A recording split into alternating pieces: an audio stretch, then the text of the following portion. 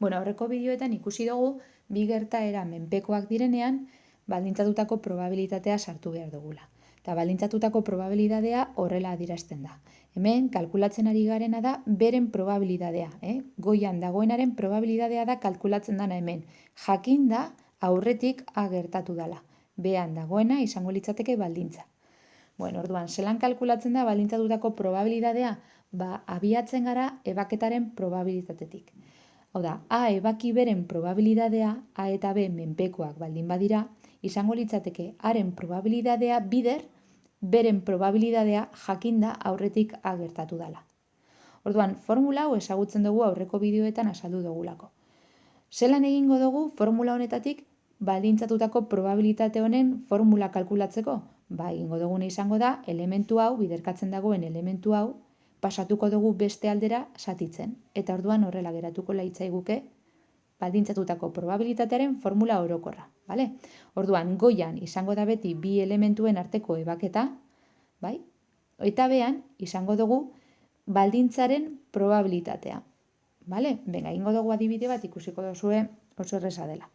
Oporrei buruzko ikerketa batean, 30 pertsonari galdetu zaien non igarotzen dituzten oporrak, eta emaitza hauek lortu dira. 17 hondartzan igarotzen dabe. Orduan badakigu hondartzan igarotzeko probabilitatea izango dela 17 zati 30.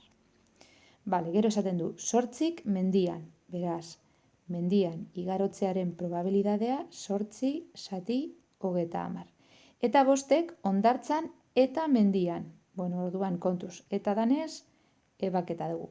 Beraz, hondartzan eta mendian igarotzeko probabilitatea aldi berean hondartzan eta mendian, bietan, izango litzateke 5 zati 30.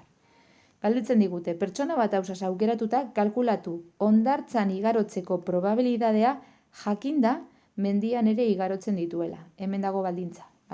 Orduan, hondartzan igarotzeko probabilitatea kalkulatu behar dugu jakinda mendian ere igarotzen duela. Orduan, egingo duguna izango da formula aplikatu. Formulan egin behar duguna da, zenbakitzailean bien arteko ebaketa jarri. Beraz, hondartzan eta mendian igarotzearen probabilitatea zati, izendatzailean jarri behar duguna da baldintzaren probabilitatea, zati mendian igarotzearena. Orduan, hau izango litzateke 5 30. Zati 8 30. Beraz, 5 8.